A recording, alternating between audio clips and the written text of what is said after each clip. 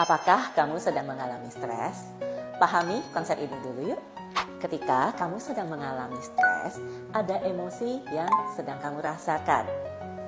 Sebelum mengalami emosi atau stres ini, kamu pasti terlebih dahulu mengalami stresor, yaitu sumber masalahnya.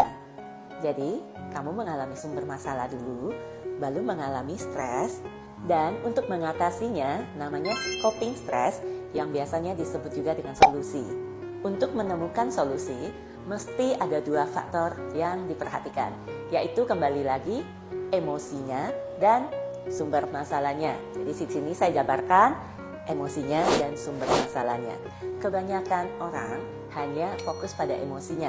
Contoh, kalau stres pergi healing, stres nonton TV, stres curhat ke orang lain. Misalnya saya stres sama B, tapi saya curhatnya ke A. Nah, emosi saya ini bisa reda, tetapi sewaktu-waktu akan muncul lagi permasalahan yang sama.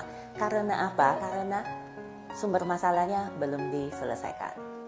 Sekarang kita fokus pada sumber masalahnya. Sumber masalah ada dua. Apakah yang pertama dalam diri kita atau luar diri kita? Yang dimaksud dari dalam diri kita yaitu stres yang kita ciptakan dalam diri kita sendiri. Contohnya misalnya, waduh hari ini saya banyak banget kerjaan yang belum diselesaikan. Nah berarti kan itu dalam diri kita. Selesaikan dengan cara misalnya dengan manajemen waktu. Nah ini hanya salah satu contoh saja. Nah bagaimana stres yang bersumber dari luar diri kita? Yaitu misalnya dengan relasi, ya kan? Berhubungan dengan orang lain. Nah kalau kita sudah masuk ke dalam relasi, kunci dalam berrelasi yaitu komunikasi. Di dalam komunikasi terbagi dari dua. Dalam komunikasi ada dialog dan monolog.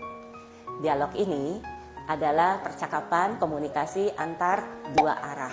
Sedangkan kalau monolog, komunikasi satu arah. Contohnya kalau monolog, kan harusnya kamu kayak begitu. Ya kamu kayak begitu, kamu yang harusnya kayak begitu. Nah itu kan satu arah. Contoh dari dialog ini yaitu percakapan atau komunikasi antar dua arah. Bisa dengan diskusi atau dengan saling memahami dan melihat dari sudut pandang yang lain.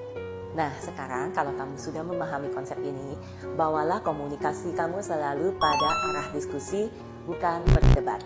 Semoga konsep ini dapat kamu pahami dengan baik, sehingga kamu lebih mudah untuk mengatasi stres kamu. Terima kasih.